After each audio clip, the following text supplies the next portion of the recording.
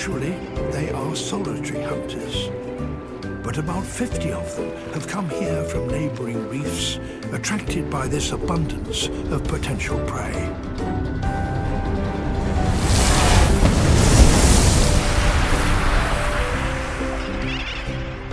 The fledglings stay out of the water if they can.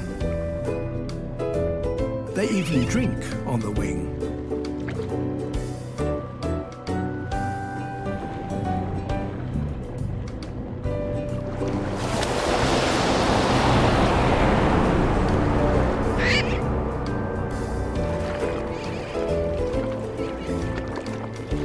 If the trevally are to catch one now, they have to up their game.